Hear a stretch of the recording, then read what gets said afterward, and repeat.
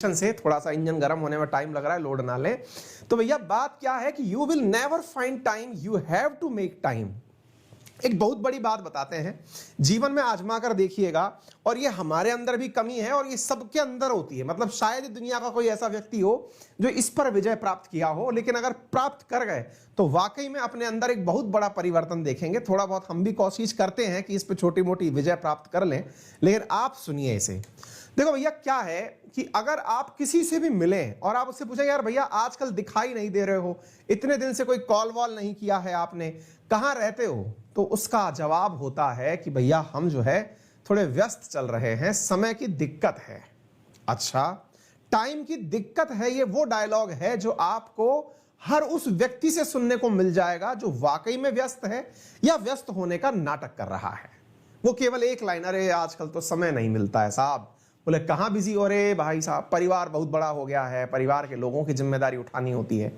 फिर बोले नौकरी हमारी बहुत टिपिकल है, समय ही नहीं मिलता है नौकरी के अंदर, इतना काम रहता है भाई। अच्छा, फिर कोई व्यापारी भाई है आपका, उससे पूछोगे क्या कर रहे हो भैया, समय ही नहीं मिलता है। मतलब हर आदमी का एक तकिया का लाभ है, समय नहीं मिलता है।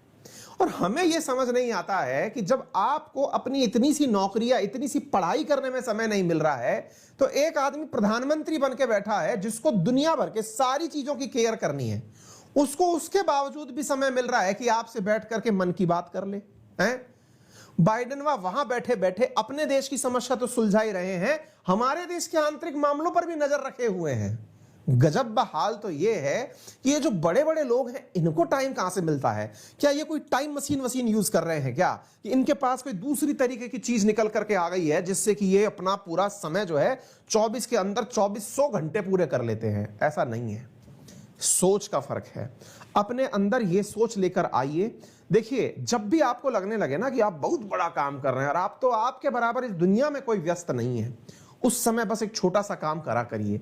हम अक्सर बचपन में करते थे इस काम को, आपको भी बता दे रहे हैं। जब हमको परीक्षा के समय चिंता होती थी, हमने कहा भाई साहब ये इतना सारा सिलेबस कैसे खत्म होगा, टेंशन जब होती थी तो हम क्या करते थे, उन किताबों को कमरे में बंद करके दूर जाके खड़े हो जाते थे और फिर दूर से देखते थे तो किताबें थोड़ी कम लगती थी। खड़े होकर के किताब को दूर से बंद करके देखते थे, अरे इतनी सी तो किताब है, ये दूर से नजदीक से देखने में ज्यादा बड़ी लग रही है। भाई साहब दूर से देखना, यानी कि आपको अपनी हर चीज को उससे बाहर निकाल के देखना चाहिए। जब आप ये कार्य करने में सफल होंगे तो निश्चित ही आपको अपनी परेशानियां, अपनी व्यस्तताएं, अपनी समस्याएं छोटी लगने लगेंगी। समझ में आया कुछ? तो व्यस्तताओं का उल्हाना देना बंद करिए। समय है तो ठीक है, नहीं है तो भी ठीक है। सामने वाले को यह होने का नाटक मत करिए क्योंकि आप दुनिया में ऐसा भी कुछ नहीं उखाड़ लिए, क्योंकि विशेष रूप से अगर आप मेरे विद्यार्थी हैं तो कुछ नहीं उखाड़ लिए हैं।